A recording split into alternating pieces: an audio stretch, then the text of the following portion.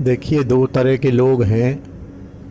एक तो परोपकारी लोग हैं, लौकिक समाज में हैं, और 10-20% उनका वैष्णवता से भी मतलब है। तिलक लगा लेते हैं, कंठी पहन लेते हैं, 2-4 माला हरि नाम की कर लेते हैं।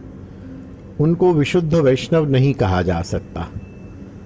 कुछ ऐसे हैं जो विशुद्ध वैष्णव हैं, जो भजन भजन भजन में ही लगे रहते हैं। उनको इस प्रकार की बाह्य क्रियाओं में या बाह्य परोपकार हो गया, पक्षी सेवा हो गई, तोते को दाना खिलाना हो गया, कुत्ते को रोटी डालना हो गया, भूखे को रोटी खिलाना हो गया, ये सब उनकी रुचि नहीं होती है। लेकिन हैं, लोग तो हैं, और सामान्य से उनको अच्छा ही माना गया है। यहाँ वैष्णव के लिए कहा गया है कि यदि आपने भजन की तरफ बढ़ना है, विशुद्ध वैष्णव बनना है, विशुद्ध एक्सपर्ट वैष्णव बनना है, तो इन सब चीज़ों से बचना चाहिए। तो विशुद्ध वैष्णव को आप फिर समझिएगा, क्योंकि इसमें सूक्ष्मता विशुद्ध वैष्णव की है।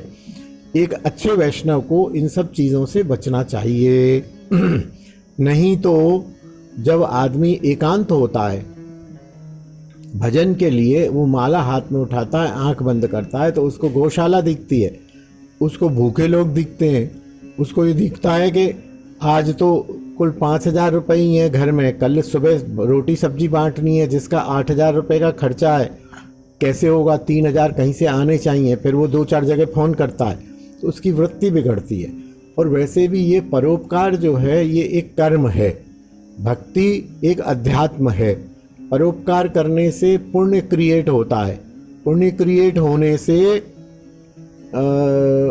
स्वर्ग प्राप्त होता है, ऐसे ही पाप क्रिएट होने से नरक प्राप्त होता है। तो स्वर्ग के पुण्य के फल को भोगने के लिए फिर मनुष्य जीवन धारण करना पड़ेगा, पाप को भोगने के लिए फिर कोई जीवन धारण करना पड़ेगा। लेकिन यदि विशुद्ध वैष्णव रीति में हम लगेंगे तो हमें एक दिन एक दो जन्म में भगवत सेवा प्राप्त हो जाएगी, चिन्मय शरीर प्राप्त हो जाएगा, ना फिर आना पड़ेगा ना जाना पड़ेगा, और हम भगवत के हैं, भगवत में मिल जाएंगे, और भगवत की सेवा में लग जाएंगे, भगवत के परिकर में मिल जाएंगे। तो ये उसका अंतर्निहित भाव है कि धीरे धीरे देखिए, सामान्य व्यक्ति जो अपने लिए कमा रहा है, अपने लिए खा रहा है, उससे उसकी अगली सीढ़ी है कि कमाए, अपने लिए भी खाए, कुछ परोपकार भी करे। फिर उसकी अगली सीढ़ी है कि वैष्णवता यदि करनी है तो परोपकार से भी निकलता आए। सबसे अच्छा परोपकार है लोगों को भजन में लगाना, फिर भजन में लगाए, फिर उससे भी निकल आए, क्योंकि लोगों को भजन में लगाया और लोग नहीं लगे तो चित्तवृत्ति खराब होती है। ये सीढ़ियाँ हैं सब, और इनको इस रूप में समझना चाहिए। जय श्री राधे, जय निताई। बोल हरि बोल।